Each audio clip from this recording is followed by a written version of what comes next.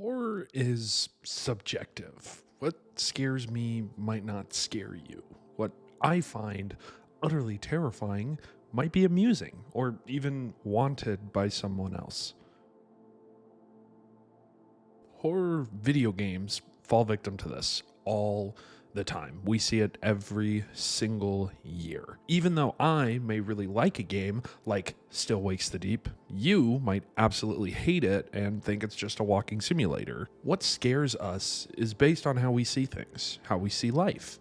Our expectations and experiences shape our fears, and it's hard for average horror video games to really capture what makes the majority of people feel uncomfortable and scared of something. Luckily, Alien Isolation is no average horror video game.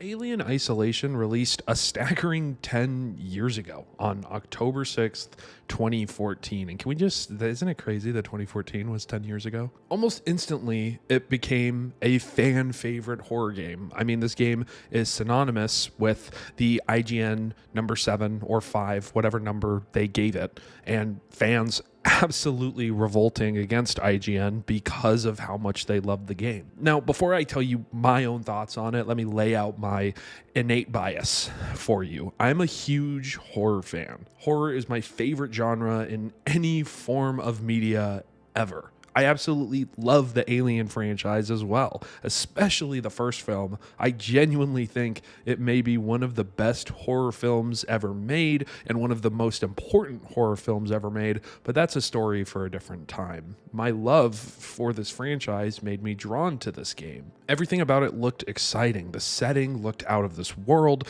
The xenomorph and the AI for it looked insanely intelligent and intricate, and the characters looked very well written. This game was shaping up to be pretty much the game of a lifetime for someone like myself.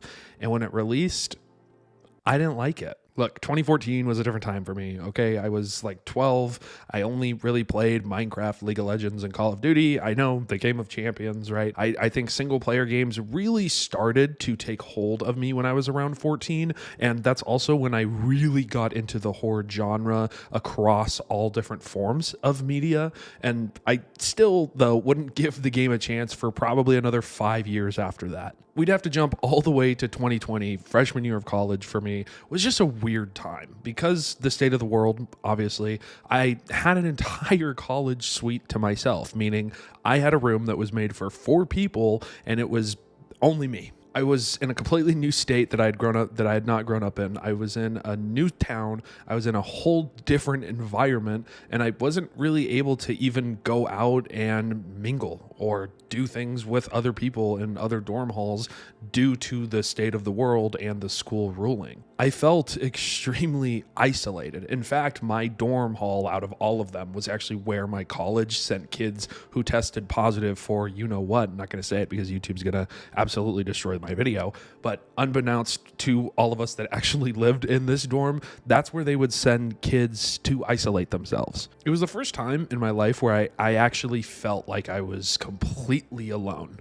And it's weird because I'm an only child, so I grew up without a partner with really like my thoughts. I didn't have a brother or a sister. I have really good friends that I call those things, but I was pretty much at the end of the day always going to be by myself. I would wake up early, work out, play video games, go to class, go to work, play more video games, and sleep on repeat almost every single day.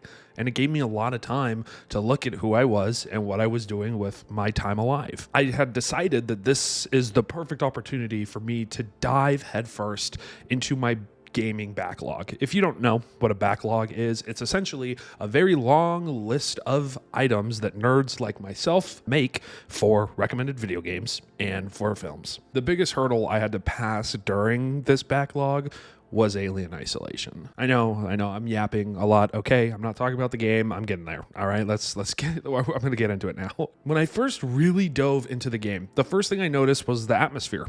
To me, this aspect of the horror genre is not only one of the most important aspects, but it needs to be done correctly in order for something to be effective and land properly. The atmosphere in horror is the feeling you get when you're constantly looking down a hallway, or you're terrified something's going to grab you around any corner you get near, or it's the music swelling and slowly building up until you get caught by whatever's chasing you. It's the suspense that keeps you on your toes while being an overall blend of a ton of horror aspects, right? Atmosphere is not just one thing. It's a lot of different things that need to come together to create a cocktail of utter terror.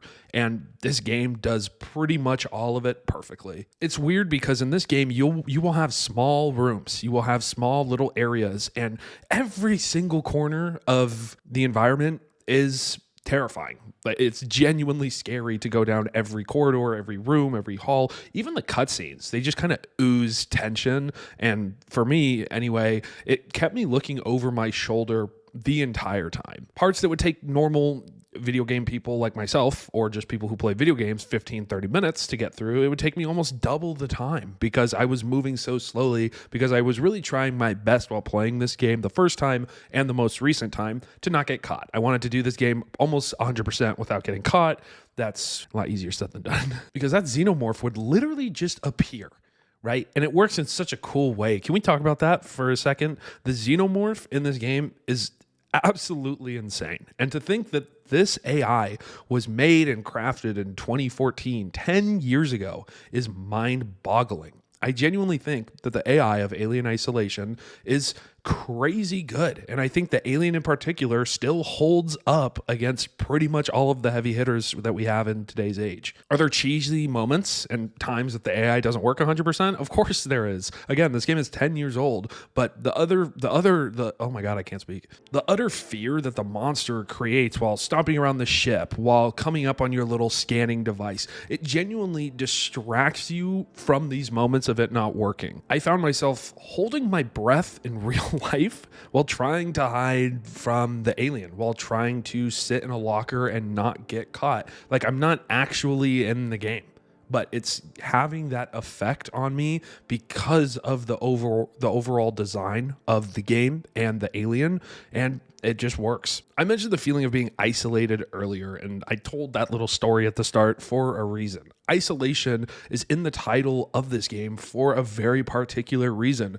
You will feel completely alone and abandoned for almost the entire game. Obviously, you have like robots and you have like the face huggers and you have the aliens, so you're not alone. You have a big ass forehead thing chasing you, right? But you genuinely find yourself missing NPCs and character interaction. When you find these logs, when you find different things around the ship that show that there were once people or NPCs or just life there, you cling onto those. You feel like you are trapped in a really small box. And the game is not small, by the way. Like the game is a very good size, but you feel like you're trapped. And the sound and the level design play into this feeling incredibly well. You're going to be ducking around a corner or desk while listening to creaks, or you hear something, or you're waiting because you're anticipating the xenomorph to jump out. You're going to feel these things because of those designs. Alien Isolation is a very special game to me. It started as a disappointing launch, really, and transformed into becoming my favorite horror game of all time and one of my favorite games ever. I find myself coming back to this game around Halloween every single year. I've played it every year almost for the last 10 years. And I still am having so much fun with it. I felt isolated in my day-to-day life and was afraid to admit that my life had reached that point. But by playing this game and beating it, I was able to conquer that fear I had of being by myself. Alien Isolation taught me that being isolated is not something to fear, but something to try and thrive in. You get to know yourself and truly ponder every decision you make. You're able to find the best version of yourself and how you go about solving a situation. I'm not saying to isolate yourself in a hostile environment on an alien ship with killer robots and a thing that has a tongue that can bite you. But if you ever find yourself in that situation, just remember that you are your own greatest asset. Alien Isolation is a fantastic horror experience through and through, even 10 years later. And those are my thoughts on the game. I hope you guys enjoyed this video. This is a little bit of a different type of video that I normally do on the channel here. I don't know. I felt like writing a script for this one, maybe because this game is so special to me. I don't know. I'm off the cuff now, so no more scripts. But yeah, if you played Alien Isolation recently or when it released, let me know in the comment section down below. I'd love to hear your thoughts on it. Again, I really, really like this game, and I think this game is a great horror game through and through. While you're on your way down to the comment section, go ahead, click that subscribe button. You're going to be on your way down there anyway, because whether you hate me or you like the video, somebody's going to comment something. So go ahead and like the video as well. It's going to help it a ton in the algorithm, or share it with somebody if you found it interesting. Anyway, I've been Nate, otherwise known as Wicked, and I'll see you guys in the next video. Take care.